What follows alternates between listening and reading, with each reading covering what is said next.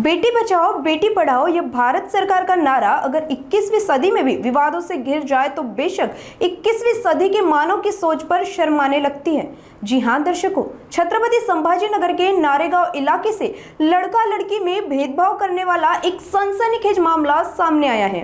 दरअसल नारेगांव इलाके में बेटा ही चाहिए कि जिद में एक 26 वर्षीय विवाहित महिला का उसकी मर्जी के बिना घर पर ही जबरन गर्भपात कराया गया।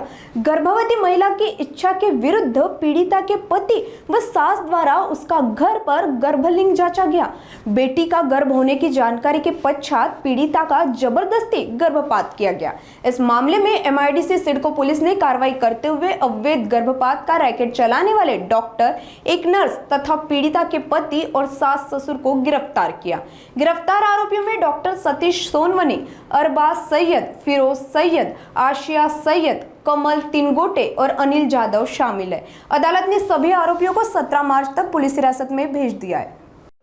नारेगाव मध्ये बोलूज गल्लीमध्ये राहणाऱ्या एका महिलेला तिचे पती, सासू सासरे यांनी त्यांच्यासोबत आणखीन 2 अनोळखी पुरुष आणि एक महिला यांच्या सहाय्यानं तिचा गर्भपात करण्याचा प्रयत्न केलेला आहे।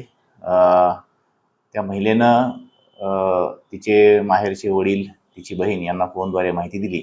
वडिलांनी तात्काळ पोलिसांशी संपर्क साधून पोलीस तात्काळ त्या ठिकाणी पोहोचले आणि त्याच्यावरून सदर महिलेची तक्रार घेऊन एमआयडीसी सिडको पोलीस स्टेशनला गुन्हा दाखल केलेला आहे।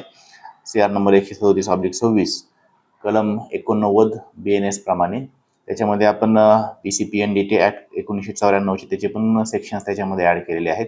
याच्यामध्ये आम्ही कायदेशीर कारवाई करत आहोत। महिलेची प्रकृती सध्या स्थिर आहे, डिस्चार्ज पण तिला दिलेला आहे।